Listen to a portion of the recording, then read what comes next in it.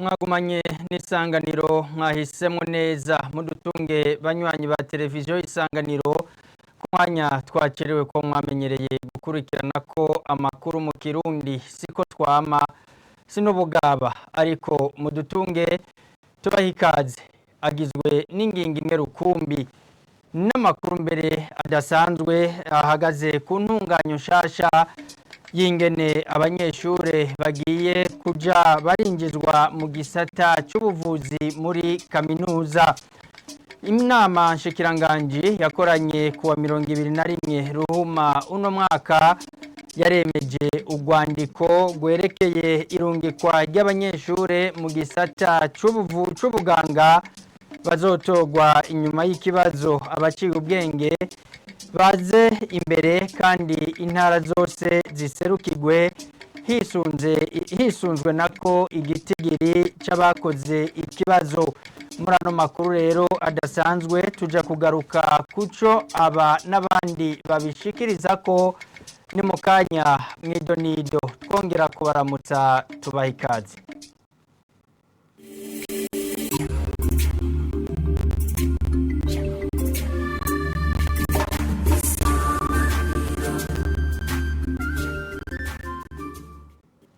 Amakuru adasanzwe rero nayo mu gisata kimwe c'indero abanyeshure binjira mu gisata c'ubuvuzi medicine mu rurimi rw'igifaransa muri kaminuza ubu bazotogwa inyuma y'ikibazo abaciye ubwenge baze imbere kandi intara ziserukirwe hisunzwe igitigiri c'abakoze ico kibazo.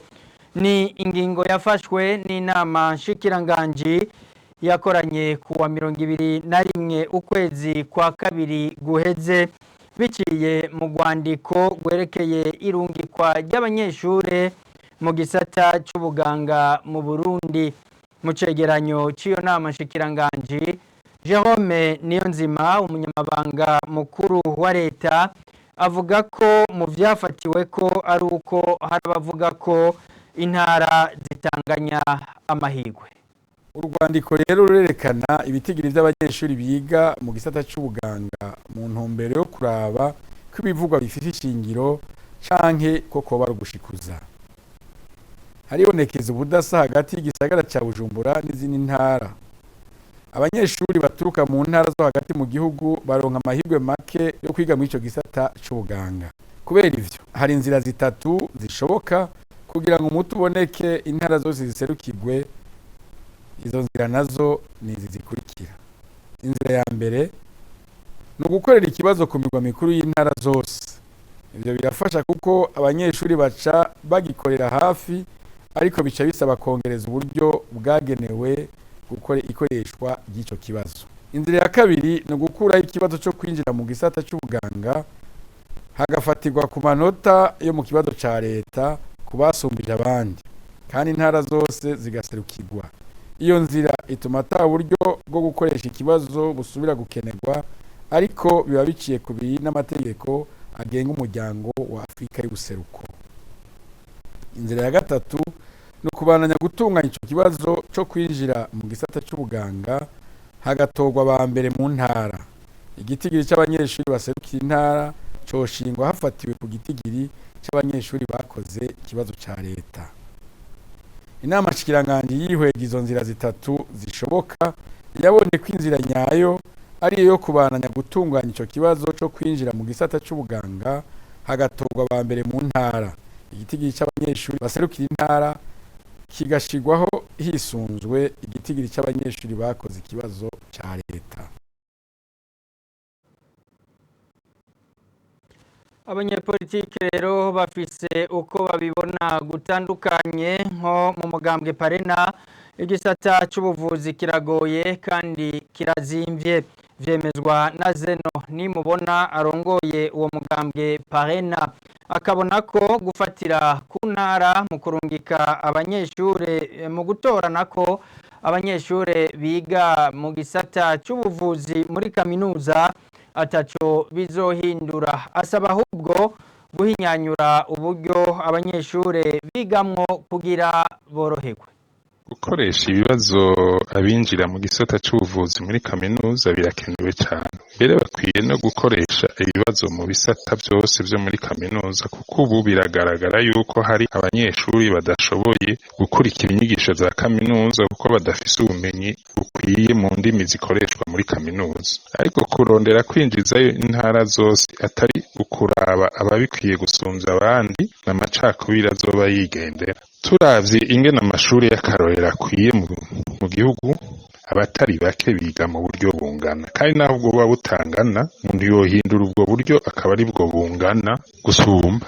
Igisata c'ubuvuzi kiragoye kandi kirazimvye, nico gituma boreka abafise amahirwe yo kukimara akaba ari bo bajayo. Ahubwo twosaba leta ko yokongereza uburyo abanyeshuri bigamwo muri kaminuza kugira ngo bashobore kumara amashuri atangorane. Uburyo bakoresha ubu burateye ubwoba ko havamwo ubumenyi burenze, sivyo kwizera cyane.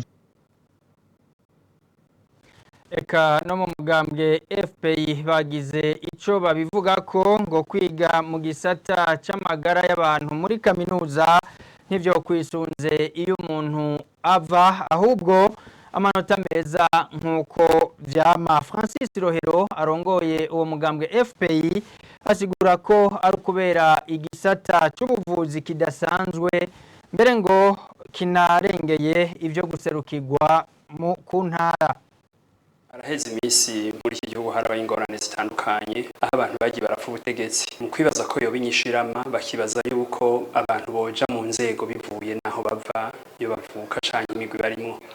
Mugabe iyo bitanguye kuja aho bifatirwa cane ku magara y'abantu, abantu baja kuvyiguzi yuko biba bikeneye ubwira bwinshi n'ubwenge bidasanzwe, nibaza ko biba bigoye. Mbega abo bantu bafata izo ngingo ejo nibagwara bazokwemera kuvurwa n'umuganga yagiyemwo kubera aho yavukiye atarafise ubumenyi buhagije? Nibaza ko ndavyakira bidashobora kuba vyiza na gatoya. Nibaza ko bari bakwiye kwiyumvira ibisata ubwa mbere twese turabarundi, iki gihugu waja mu bumanuko canke mu buseruko canke mu buraruko uri umurundi umurundi, twategerezwa kuba turiko turarengera ivyo bintu vyo kuvuga ngo nakava ngaha.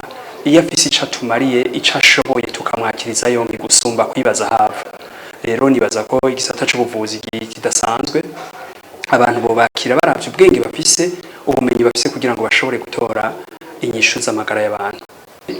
Ntibaba bava mu ntara zose bazobashiramo, mugabo byoza gute ngo bashiremwo uri munsi uwo bafise amanota 56 60 bari bakeneye ba 70 abita ko badisenze muri ico gisata. Nibaza rero yuko tuba turiko turakwegera ko ibintu nk'ivyo n'ivyo nogira ntibiriko bitujana hasi, ntituriko turarondera ico bita excellence, ukumva ko abantu babishoboye cyane babikora. Nagifatiye ko neza ndiko ndabivuga, mbega wewe uri umurongozi, uri umutegetsi, umushikiranganje mukuru w'igihugu, woneze kuri kuravugwa n'umuntu bakweze adafise amanota meza, bakweze bagakwegera ko ngo nuko kugira banganye mu zindi ntara, nimba wo vyubaruka kubikora ku magara yawe. Tuzi nuko niyo bari ngaha bamwe mu bategetsi baja kwivuza mu mahanga bagenda kubera iki? Kuko bibaza ko basangayo baganga bagaciro, bagasangayo n'ibikoresho bimeze neza. Igihe rero bariko barabigira no gukinisha amagara y'abarundi kandi ni bibi cyane. Unaho dutandukire igisata c'abahinga kwisunga intara kugira umunyeshure yige mu gisata c'ubuganga muri kaminuza ntivyoshigwa imbere. N'umwihwezo w'umuhinga mu bijanye no gutunganya inyigisho Dr Pierre Claver Kantabaze ngo aho kuva leta rero imaze kwemeza mu kwezi kwa kabiri guheze urwandiko rujanye nuko abanyeshure bo kwinjira muri ico gisata hisunzwe ikibazo hamwe no guserukirwa kw'intara. Uwo muhinga asigura ko kuvyisunga bifise ingaruka nyinshi harimo mbere no kuyoberwa ku bwinshi. Pierre Claver Kantabaze akaba yaribukije ko inyigisho zitunganywa ku rwego rw'igihugu atari urw'intara. Igituma icukura intara kidafashe cyane gose ku bwanje kuko education est nationale, akantu ka nationale gasigura vyinshi cyane gose. Uvyindero rero education, umunyeshuri arekurirwa kwiga mu mashuri yose y'u Burundi ari umurundi mbere atogeje arekurirwa gukora mu kazi mu ntara zose z'u Burundi aho kazi kari ariga. Rero ndashobora kuba mvuka Igitega nkiga Ingozi nkiga mu Ruyigi. Murumva rero yuko gufatira umashyi ku ntara ntibifashe. Hanyuma umwigisha ariko arigisha ntaraba umunyeshuri we nguva hehe wigisha umunyeshuri ufaze mu ishuri nta ntara ubaza yava. Umuganga ariko aravura nakubaza nguva hehe. Inkubizi ya mbere ishobora kuba nuko mu myaka ya mbere yo mu gisata c'ubuvuzi hashobora kuyoberwa abanyeshuri benshi gose, hagashobora kuba abanyeshuri benshi basoma imyaka, hakaba n'abanyeshuri bashobora guheba ico gisata. Iyo ni inkubizi ya mbere. Iya kabiri n'uburyo hajya gutwara umunyeshuri asubira mu mwaka, uburyo amwigisha amafaranga leta ihemba abakozi no gutwara ikibanza umuntu yari kumenya aho hantu. Inkubizi ya kabiri nuko umunyeshuri abona ko yarenganijwe, yafise amanota yo kwinjira muri ico gisata, hakaza umunyeshuri afise amanota munsi yiwe. Uwo munyeshuri arashobora gushika inkoko hanyuma ugasanga n'igisata agiyemwo ntacize n'amashuri yarahevye kubera abona yuko yarenganijwe. Kandi tuzi yuko twishuri tubona yuko ishuri ahantu hari ubutungane ntangere. Ikindi nuko rero naho yoza medicine ushobora kuronka abaganga badafise ubumenyi, ugasanga rero abaganga bacu rero bari inyuma, ugasanga bagiye kwiga no hanze kandi kugiye byatwaze imisikre barayobewe. Uwo muhinga nyene ahamagarira leta kongereza inguvu mu bice birimwo agahaze kugira habe ukungana mu bijanye n'abanyeshure baja mu gisata c'ubuganga. N'ubunyene Pierre Claver Kanabaze n'umuhinga mu bijanye no gutunganya inyigisho. Bibaza ko leta ibona yuko hari amashure aramura abanyeshuri badashobora kumenya ico kibazo.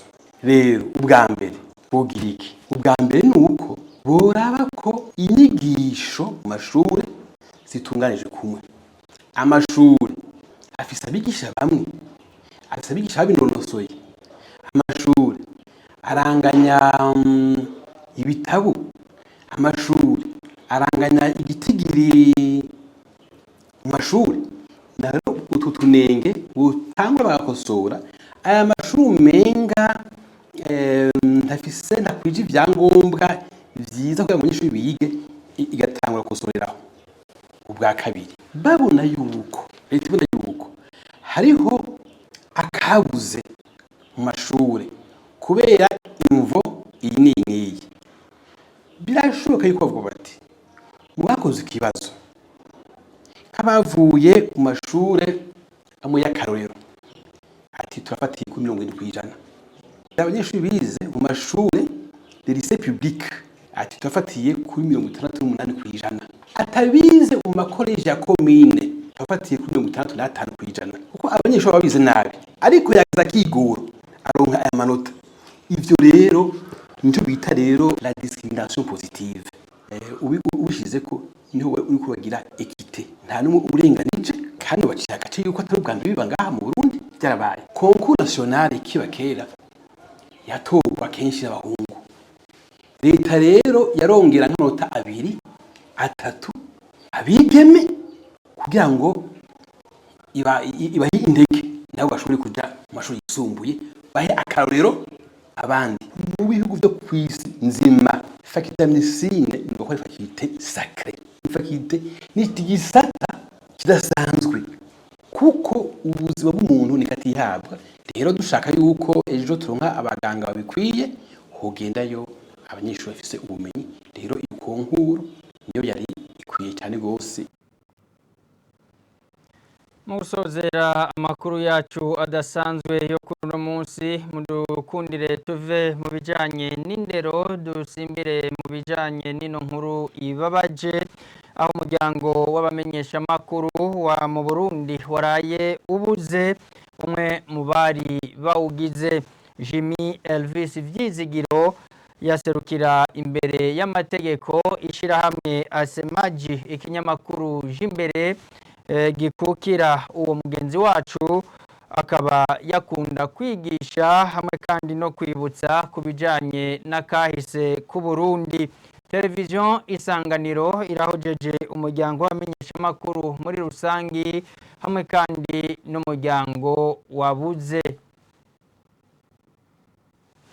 Aha niho duciye dusozerera amakuru twari twabateguriye, mwakoze kuba mwayakurikiye, mubandanye muryoherwa n'ibiganiro vya televiziyo Isanganiro.